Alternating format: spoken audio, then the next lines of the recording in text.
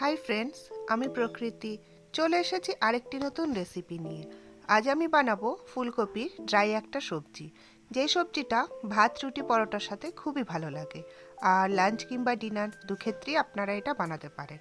এখন যেহেতু ফুলকপির সিজন, আপনারা এই রেসিপিটা বানিয়েই ফেলতে পারেন। তাই স্কিপ না করে পুরো ভিডিওটাই দেখুন যে আমি কিভাবে এই রেসিপিটা তৈরি করলাম। তাহলে এবার আমি এই রেসিপিটা রান্না করা শুরু করছি।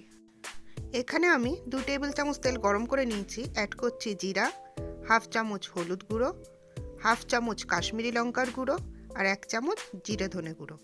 এবার গ্যাসের ফ্লেমটা একদম লো রেখে আমি একটু ভেজে নিচ্ছি। আর গ্যাসের ফ্লেমটা হাই করা যাবে না, তা না হলে মশলাটা পুড়ে যাবে। মশলাটা ভাজা হয়ে গেছে, এর মধ্যে অ্যাড করব 1 চামচ আদা রসুনের পেস্ট। গ্যাসের ফ্লেমটা লো রেখেই আমি আরেকটু ভেজে নিচ্ছি। এরপর অ্যাড করব কুচনো টমেটো, কসুরি মেথি, গরম মশলা গুঁড়ো, হাফ চামচের মতো গোলমরিচের গুঁড়ো, কাঁচা লঙ্কা, এখানে 4টে কাঁচা লঙ্কা নিয়েছি, আর লবণ। এবার গ্যাসের ফ্লেমটা লো রেখেই আমি একটু ভেজে নেব। মশলাটা যখন ভাজা হবে খুব সুন্দর একটা গন্ধ বেরোবে। এবার আমি এর মধ্যে দিয়ে দিচ্ছি অল্প করে জল, জাস্ট মশলাটা সেদ্ধ হওয়ার জন্য। এবার আমি মশলাটা কষিয়ে নিচ্ছি। মশলাটা কষে গেছে আর দেখতেই পাচ্ছেন মশলা থেকে তেল ছেড়ে দিয়েছে। এই সময় দিয়ে দেবো আমি ফুলকপিগুলো আমি ঠিক এইভাবে ছোট ছোট করে সাইজ করে নিয়েছি। আর ফুলকপির সাইজটা খুব একটা বড় ছিল না, মাঝারি সাইজেরই ছিল। এবার আমি মশলার সাথে ফুলকপিটা ভালো করে মিশিয়ে নিচ্ছি। মেশানো হয়ে গেছে। এবার 5 মিনিটের জন্য ঢাকা দিয়ে রেখে দেব। ফেরত আসলাম 5 মিনিট পরে। দিয়ে দিচ্ছি হাফ চামচের মতো চিনি। আবার আমি গ্যাসের ফ্লেমটা লো রেখে 10 মিনিটের জন্য ঢাকা দিয়ে দেব।